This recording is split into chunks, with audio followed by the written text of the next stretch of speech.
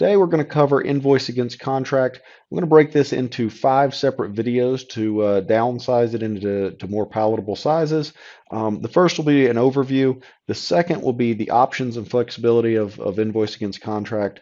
The third will be the auto invoice and evaluated receipt settlement.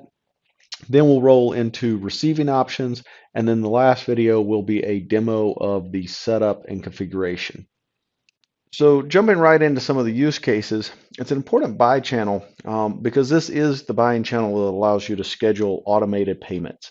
That's important for all of your reoccurring maintenance schedules. So whether that's a software subscription, something like elevator or facilities maintenance, software subscription maintenance, annual fees associated with tax services, etc., you can handle all of those with no longer needing invoicing, etc. It also removes the labor associated with cutting individual purchase orders for services engagements, where you can set up the services and implementation and hourly rates and things of that directly against the contract. It also eliminates the need to do reverse quantity price purchase orders, which causes a lot of invoice errors and doesn't actually ensure pricing compliance. So on the right-hand side, we have use cases for invoice against contract. That includes things like facilities and plant maintenance, such as elevator maintenance, landscaping services, snow removal services, etc. The one that we've already spoken about, which is the recurring software subscription fees, and staffing agreements where you set up rate cards directly against the contract. Now, why this is important is when we talk about closing the loop, when you negotiate a contract, ultimately you believe you're going to save so much money.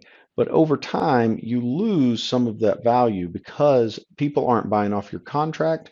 The processing costs are very high, and then you don't necessarily have the contract compliance piece, and so you lose money based on the exceptions and discounts. And so ultimately, you don't capture all of your negotiated savings without the contract compliance tool. And so the integrated applications and having the contract compliance directly to the contract enables you to capture the complete value of your negotiated savings. So invoice against contract is one of the 7 buy channels that we offer. So just so that everyone's aware, there are multiple buying channels. Each has its use and its purpose, as you can see here. I won't review all of these, but it is important to realize depending on your contract and how the service or good will be consumed, which one of these buy channels you should really be choosing and selecting for use. We'll go into that. I have kind of a cheat sheet chart that we'll jump into a little bit later on for that. So this is actually a kind of quick and easy mechanism to help you guide you through which one of the buy channels you should be using. For instance, if you have a product that has a defined product list with a fixed price over the term of the contract, you could do a direct catalog in the contract term or on the contract compliance invoice against contract setup that we're going to talk through today. If you do have things that are not necessarily fixed, you can do a punch out catalog or a SIF.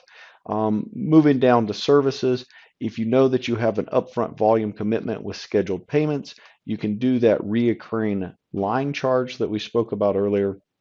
If you don't, then you can simply set up that catalog for people to requisition off of. Other sections below, again, you'll see a variety of different options to use here. You can use collaborative requisitioning, etc., or potentially sub-agreements. So this slide kind of speaks through the setup of various options here. We won't go through all of them necessarily, but it talks about if you don't necessarily need a release for consumption, you're going to set up a non-release contract, do not turn on receiving, allow invoicing, and that way your suppliers can invoice you directly against the contract without needing somebody to go take additional actions. If you did need to issue a purchase order to the supplier, you're going to still be able to do that where you can tie all that spend back to the contract.